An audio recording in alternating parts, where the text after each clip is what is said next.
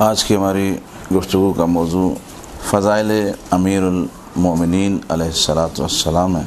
اس کے لیے ہم نے قرآن کی سورہ رعد کا سہارا لیا۔ ارشاد رب العزت ہو رہا ہے، قل کفا باللہ شہیدا، اے حبیب ان لوگوں سے کہہ دو میری گواہی کے لیے اللہ کافی ہے۔ قل کفا باللہ شہیدا بینی و بینکم ومن عندہ علم الکتاب، میری گواہی کے لیے اللہ کافی ہے اور میرے اور تمہارے درمیان وہ کافی ہے جس کے پاس پوری کتاب کا علم ہے۔ اس کے لیے ہم چاہتے ہیں کہ کچھ مقدمہ سازی کریں، کیونکہ جس موضوع پر بھی مقدمہ سازی ہو جائے وہ موضوع مستحکم ہو جاتا ہے۔ ویسے تو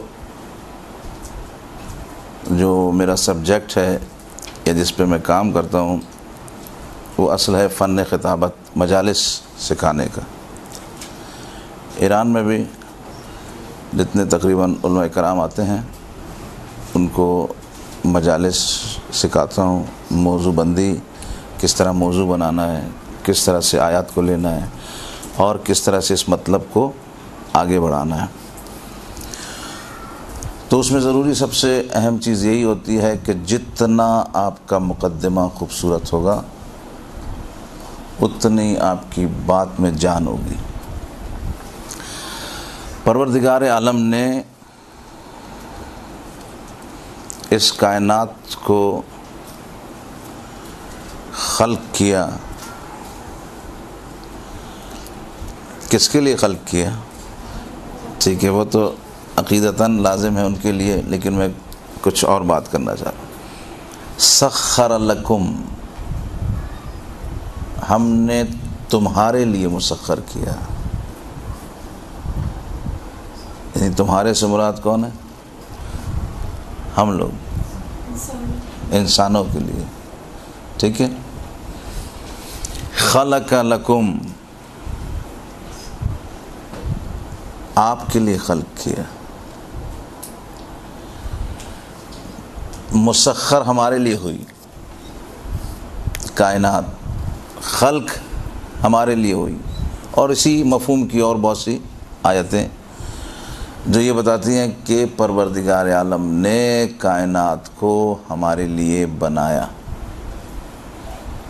ٹھیک ہے۔ تو اب ایک ذات پروردگار کی ہوئی، ایک پروردگار نے ہمیں پیدا کیا، وہ خالق یہ مخلوق، اور ہمیں پیدا اس لیے کیا کہ ہم اللہ کی معرفت حاصل کر سکیں، ٹھیک ہے۔ ایک اللہ، ایک ہم۔ اب ہمیں اللہ کی معرفت حاصل کرنی ہے، اس معرفت حاصل کرنے کے لیے اس نے سارے مقدمات فراہم کر دیے۔ اب مقدمات بھی فراہم ہو گئے۔ اب اگر اللہ کوئی اچھا معلم ہمارے لیے نہ رکھے، سورج بنا، چاند بنا، ستارے بنے، کتنا کام ہوا اس دنیا میں، اب کوئی اچھا معلم نہ ہو جو ہمیں اللہ کی معرفت کروا سکے تو یہ سارا کام بیکار ہو جائے گا۔ مثلا ایک اسکول کھولتے ہیں ہم، اسکول میں کمرے بنیں گے، کرسیاں رکھی جائیں گی، کلر ہوگا، اے سی لگے گا، نہ جانے کیا کیا کیا مشکلات۔ اور اس کے بعد اگر آپ بچوں کو اچھے اساتذہ فراہم نہ کریں تو وہ کرسیاں ضائع، وہ کمرے ضائع، وہ اسکول ضائع، وہ پیسے ضائع، وہ بلڈنگ ضائع۔ تو اب اتنی بڑی کائنات بنائی، اگر اچھا معلم نہ رکھے تو پوری کائنات بیکار ہو جائے گی، ہو جائے گی نا، پوری کائنات بیکار ہو جائے گی۔ تو اب اگر کائنات کو پوری کارآمد کرنا ہے تو ایک ایسا اچھا معلم ہونا چاہیے جو ہمیں خدا کی شناخت کروا دے۔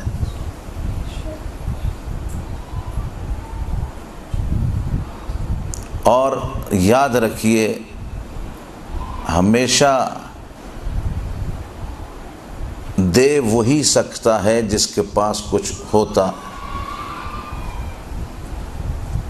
اگر مولا کائنات خود اللہ کو نہ پہچان سکیں تو ممکن نہیں ہے کہ ہمیں پہچانوا سکیں۔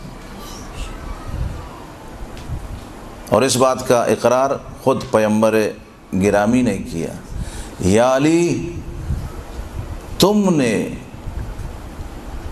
اللہ کو اور مجھے پہچانا۔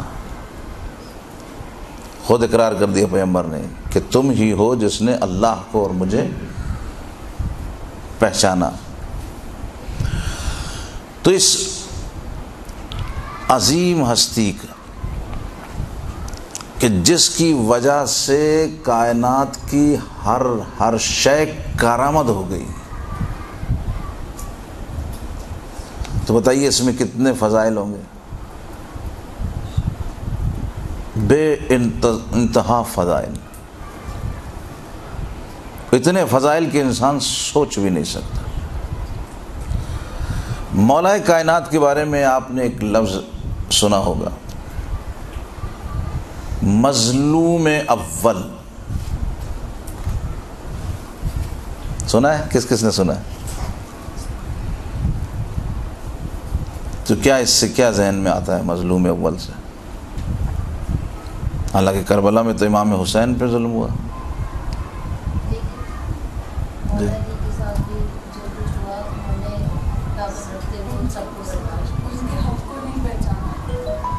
ہاں، یہ جملہ نزدیک تر ہے کہ ان کے حق کو نہیں پہچانا۔ میں بھی اسی طرف آ رہا ہوں۔ ہاں، اور کوئی بتائے؟ مظلوم اول کائنات، کائنات کا سب سے بڑا مظلوم۔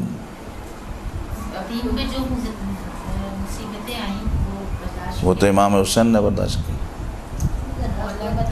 سر ولایت ہونے کے باوجود، عالم ہونے کے باوجود 25 سال بہت خاموشی سے گزارے مولانا نے، صبر کیا، برداشت۔ سب سے بڑا ظلم یہ ہے کہ حقوق کسی نے جتنا وہ دے سکتے تھے اتنا لیا نہیں ہے، ان کے پاس کی فضیلتوں کو نہیں پہچان سکے۔ ہاں، قریب قریب جملے نزدیک ہیں کافی۔ مجھے اسی کی وضاحت کرنی ہے آج کہ سب سے بڑا مظلوم۔ میں حیران ہو گیا اس جملے کو دیکھ کے کہ اگر دیکھا جائے تو ہم لوگ یہ کہتے ہیں کہ امام حسین سب سے بڑے مظلوم ہیں، ٹھیک ہے، اور مصائب پڑھتے ہوئے بھی ہم مولا کے مصائب جب پڑھتے ہیں تو ہم آخر میں کربلا سے ملاتے ہیں۔ وہ ملانے کی وجہ یہ ہوتی ہے کہ ہم بتاتے ہیں مولا آپ کی ضرورت لگی لیکن آپ مسجد کی سایہ میں تھے، ٹھیک ہے، لیکن امام حسین کو جب ضرورت لگی تو دھوپ میں تھے۔ تو ہم بتاتے ہیں کہ اب یعنی شہید مظلوم جو ہوئے ہیں وہ امام حسین ہیں، لیکن روایات میں یہ مسلسل روایات ہیں کہ کائنات کا پہلا اور سب سے بڑا مظلوم۔ تو میں اس کو آپ کی خدمت میں عرض کرنا چاہ رہا ہوں۔ ایک انسان کے حق کو ثابت کرنے کے لیے کتنے گواہوں کی ضرورت ہوتی ہے؟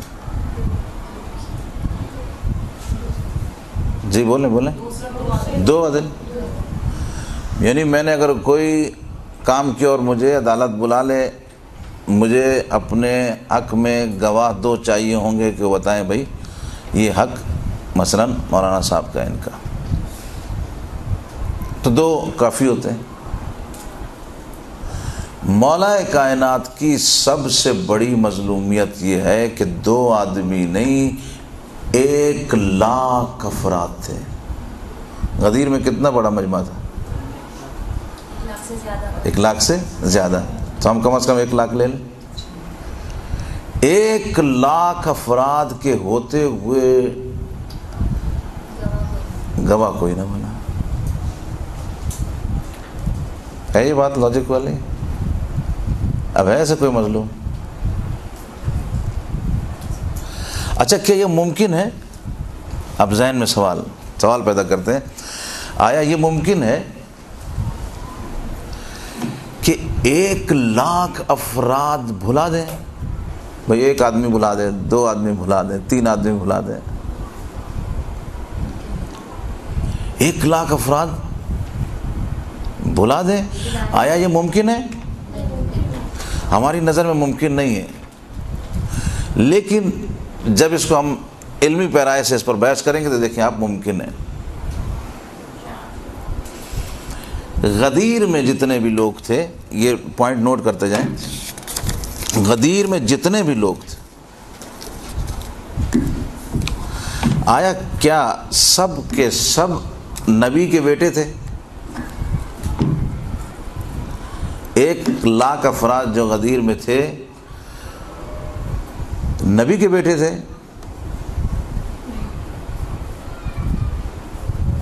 نبی کے بیٹے نہیں تھے نا. حضرت یعقوب کے بیٹے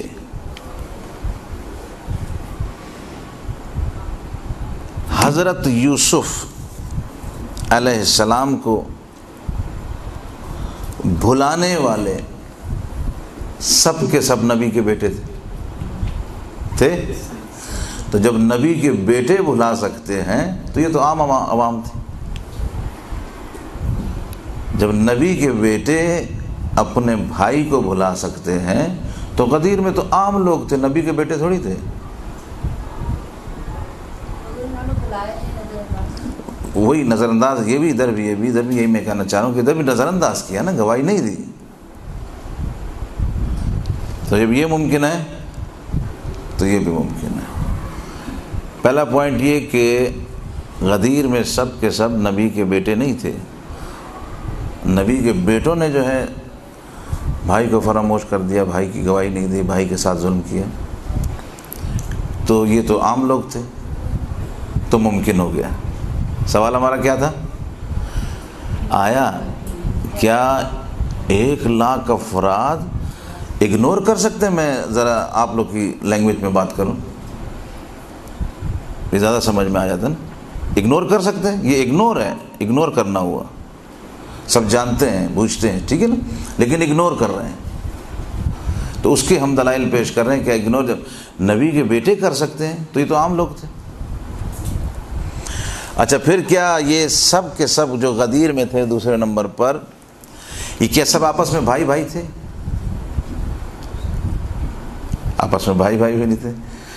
لیکن جناب یوسف کے سب آپس میں بھائی بھائی تھے. ٹھیک ہے، بھائیوں نے مل کر سب نے جناب یوسف کو اگنور کیا. دوسرا پوائنٹ. تیسرا پوائنٹ، بات کیا تھی؟ بات یہ تھی کہ بیٹے یہ سمجھ رہے تھے کہ یعقوب پیغمبر یوسف کو زیادہ پسند کرتے ہیں. ٹھیک ہے، یہی بات تھی نا. بیٹے یہ سمجھ رہے تھے کہ یعقوب پیغمبر یوسف کو زیادہ پسند کرتے ہیں. یہی بات ان کو کھل رہی تھی کہ یوسف کو کیوں زیادہ پسند کیا جاتا. حسد. یہ بات ان کو سمجھ میں نہیں آ رہی تھی کہ یوسف کو کیوں پسند کرتے ہیں. تو اس لیے انہوں نے یوسف کو اگنور کرنا شروع کیا. تو وہ نبی کے بیٹے ہو کر نبی کی محبت یوسف کے ساتھ زیادہ دیکھ رہے تھے، لہذا یوسف کے لیے حسد پیدا ہو گیا.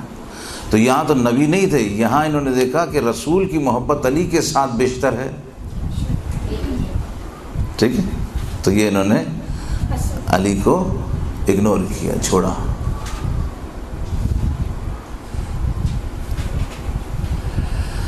یہ میں آپ کی خدمت میں عرض کروں، یہ مولا کائنات کے فضائل یہ ہمارے خون کا حصہ ہے، ہمارے عقائد ہیں۔ آج کل آپ ٹیلی ویژن پر دیکھ رہے ہوں گے کہ سازش کے تحت کس طرح سے علماء کو لا کر ان سے غیروں کے فضائل پڑھوائے جا رہے ہیں۔ کلپ آپ لوگوں نے دیکھا ہوگا۔ تو سب سے پہلی بات تو یہ کہ یہ ہمارے عقائد میں ہی شامل نہیں ہے، صحیح ہے، یہ ہمارے عقائد میں ہی شامل نہیں ہے کہ ہم ان لوگوں کے فضائل پڑھیں کہ جو ہماری نظر میں کسی بھی طرح سے درست نہیں تھے۔ ادب و آداب اپنی جگہ، تاریخی مطالعہ اپنی جگہ، لیکن حقائق اپنی جگہ۔ کس طرح سے لوگ سازش کر رہے ہیں، دیکھیں آپ کے علماء کرام کو لے کر آتے ہیں اور ان سے خلفاء کے فضائل پڑھوائے جا رہے ہیں۔ تو کم از کم میں اس جگہ سے یہ پیغام دینا چاہوں گا کہ ایسے لوگ جو کم از کم اس طرح کے فضائل بیان کر رہے ہیں تو اس بات کا ثبوت دے رہے ہیں کہ یہ کم از کم شیعہ نہیں ہے، لباس میں ہیں شیعہ کے، لیکن یہ شیعان حیدر کرار نہیں ہے، ورنہ یہ کسی غیر کے فضائل نہیں پڑھتے۔ تو دیکھیے سازشیں کس طرح سے ہو رہی ہیں، لوگ سازشوں پر سازشیں کر رہے ہیں۔ تو کیا آج اتنا برا وقت آ گیا کہ خود شیعہ اٹھ کر جو ہے دوسروں کے فضائل پڑھنے لگے؟ تو باپ بیٹے سے محبت کرتا ہے، بھائی اس محبت کو برداشت نہیں کر سکتے، لہٰذا یوسف سے ایک دشمنی پیدا ہو جاتی ہے۔ رسالت مآب علی سے ایسی محبت کرتے ہیں کہ 1,00,000 صحابی جلنے لگتے ہیں۔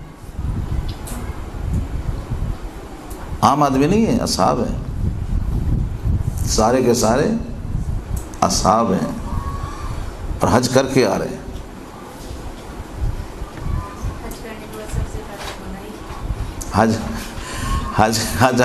حاجیوں سے یہ وعید ہے، ٹھیک ہے، حاجیوں سے یہ بات بعید ہے۔ حاجی تھے، نمازی تھے، اور شاید پیغمبر نے یہ اہتمام بھی شاید اس لیے کیا ہو کہ دیکھو علی کی ولایت ہر کسی کو سوٹ نہیں کرتی، چاہے وہ حاجی ہو، نمازی ہو، پرہیزگار ہو، کچھ بھی ہو۔ علی کی ولایت کے لیے طہارت شرط اول ہے، نفوس کا پاک ہونا ضروری ہے، بدن کا پاک ہونا ضروری نہیں، نفوس کا پاک ہونا ضروری ہے۔ تو یہ بیٹوں کی محبت، 3 نقطے میں نے آپ کی خدمت میں عرض کیے کہ بیٹوں نے دیکھا باپ نفرت کر رہا ہے، باپ بیٹے اس سے بیٹے سے محبت کر رہا ہے، ان بیٹوں نے نفرت شروع کر دی۔ تو جب وہ نبی کے بیٹے ایسے کر سکتے ہیں تو یہ تو نبی کے بیٹے نہیں تھے، یہ ایسا کر سکتے تھے۔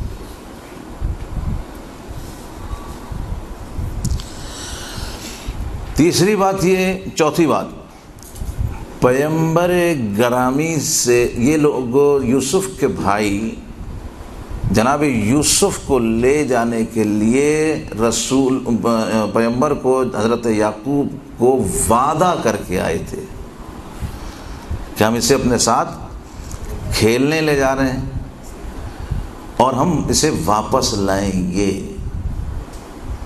ٹھیک ہے۔ تو یہ پیغمبر کے بیٹوں نے پیغمبر سے وعدہ کیا تھا کہ ہم یوسف کی حفاظت کریں گے۔ جبکہ غدیر میں کسی نے بھی رسول سے وعدہ نہیں کیا تھا کہ ہم علی کو نہیں چھوڑیں گے، لہذا جو وعدہ کرنے والے چھوڑ سکتے ہیں تو انہوں نے تو وعدہ بھی نہیں کیا تھا، انہوں نے چھوڑ دیا۔ سوال کلیئر ہوتا جا رہا ہے آہستہ آہستہ کہ ہم نے کہا کہ کیوں 1,00,000 آدمی کیا فراموش کر سکتے ہیں، کہ اس کے دلائل میں پیش کر رہا ہوں کہ جی ہاں پیش چھوڑ سکتے ہیں، 1,00,000 افراد بھی بالکل چھوڑ سکتے ہیں، انہوں نے اسی لیے چھوڑا۔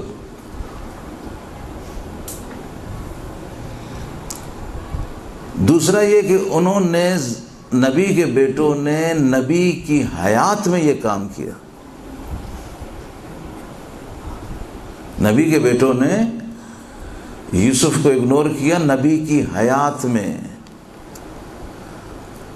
تو جب نبی کی حیات میں اگنور کیے جا سکتا ہے تو وفات نبی کے بعد اگنور کرنا کوئی بات نہیں۔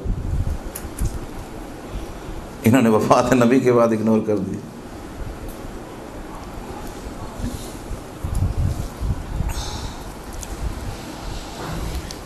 کتنے پوائنٹ ہو گئے؟ 5۔ چھٹا پوائنٹ، جناب یوسف نے ان میں سے کسی کو مارا نہیں تھا، بھائیوں میں سے کسی کو نہیں مارا تھا، کسی کے ساتھ جناب یوسف کی دشمنی نہیں تھی، تب بھی انہوں نے یہ جناب یوسف کے ساتھ کیا۔ یہاں پر تو علی ان کے باپ داداؤں کو خوب مار چکے تھے، اچھی طرح سے ان کے باپ داداؤں کی پٹائی کر چکے تھے، تو یہاں پہ تو دشمنی بنتی ہے، لہذا انہوں نے علی کو چھوڑ دیا۔ وہاں پہ کوئی دشمنی بھی نہیں تھی، تب بھی انہوں نے یوسف کو اگنور کیا، یہاں تو دشمنی بنتی ہے، لہذا انہوں نے چھوڑا۔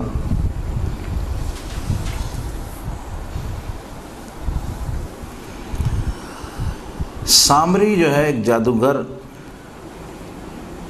جناب موسیٰ کے دور میں تھا۔ 7واں نقطہ، چھٹا بیان ہو گیا نا، چھٹا ہو گیا، 7واں۔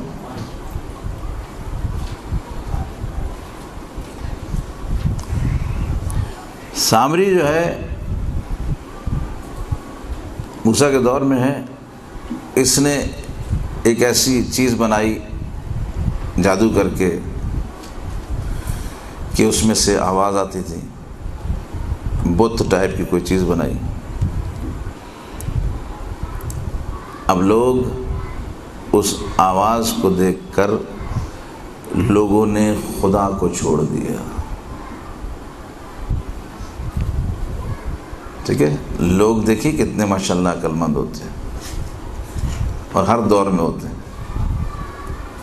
اس میں سے کچھ آوازیں نکل رہی تھیں، تو وہ لوگوں نے کہا کہ یہ تو بہت پیاری چیز ہے، بہت زبردست چیز ہے، اس کی پوجا میں لگ گئے، اللہ کو فراموش کر دیا، اللہ کو چھوڑ دیا۔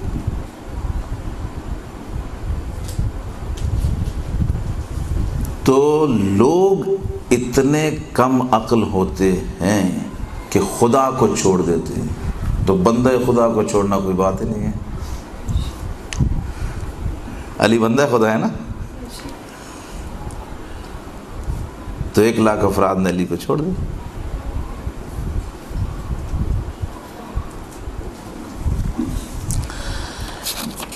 جناب موسیٰ اور فرعون کی کشمکش تو آپ حضرات کو بہتر طور سے معلوم ہے۔ آخری مرحلہ مجھے بیان کرنا ہے۔ فرعون کو کسی نے خبر دی کہ موسیٰ بھاگ رہے ہیں آگے،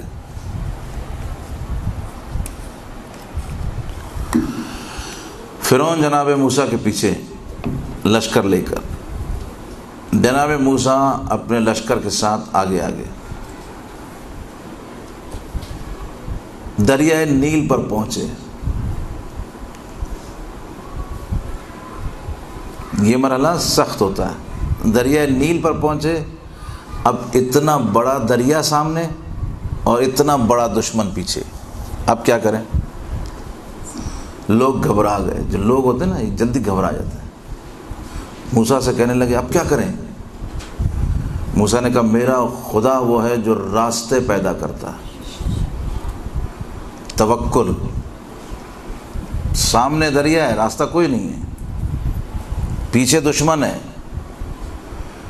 عقیدہ اور ایمان اسی وقت پتہ چلتا ہے کہ جب راستہ بند ہو جائے, اس وقت جو اظہار عقیدہ کرتا ہے وہ اس کا نتیجہ دیکھتا ہے.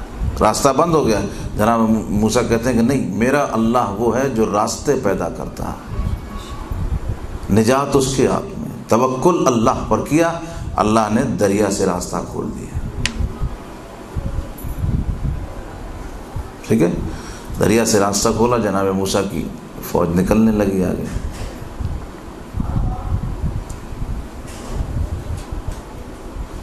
وہی دریا ایک ہی ہے نا. جناب موسیٰ کی فوج آگے نکل گئی, جیسے کراس کر گئی اتنے میں باطل کی فوج, فرعون کی فوج اندر آ گئی. موسیٰ کی فوج نکل گئی, فرعون کی فوج غرق ہو گئی. پانی تو ایک ہی تھا, پانی ایک ہی تھا. اللہ والوں کو بچا لیا, اللہ کے دشمنوں کو غرق کیا. یہ بالکل ایسی ہے جیسے قرآن تو ایک ہی ہے لیکن مومن کو شفا دیتا ہے اور باطل کو دبا دیتا ہے.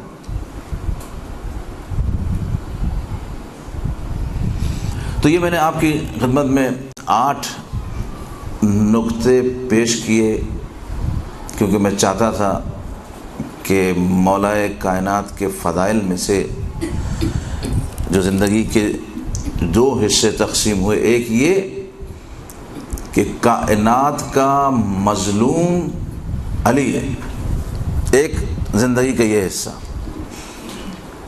اس کے لیے اختصاراً آپ کی خدمت میں نے 8 نقطے پیش کیے کہ مظلوم اگر آپ کوئی کہتے ہیں تو اس حوالے سے بات کر سکتے ہیں کہ 1 لاکھ افراد کا مولا کائنات کو فراموش کر دینا ممکن ہے. ہمارے ذہنوں میں یہ بات ہی نہیں تھی, ہم سوچتے تھے کیسے 1 لاکھ آدمی کیسے بھول سکتے ہیں. تو یہ 8 نقطے آپ کی خدمت میں پیش کیے کہ مولا کائنات دنیا کے مظلوم ترین انسان ہے, ورنہ 1 لاکھ گواہیاں بہت ہوتی ہیں, 2 گواہیاں کافی ہوتی ہیں. ایک تو مولا کائنات کی زندگی کا یہ حصہ, اور یہ حصہ بھی مظلوم ہونے کے باوجود بافضیلت ہے. زندگی کا یہ حصہ بھی بافضیلت ہے. یعنی جس شخص کو 1 لاکھ افراد چھوڑ دیں پھر بھی وہ رسول کو نہ چھوڑے تو کیسی شخصیت ہے, کس کمال پر ہوں گے مولا کائنات. تو ایک حصہ یہ ہے. برحمتك يا أرحم الراحمين وصلى الله على محمد وآله الطاهرين.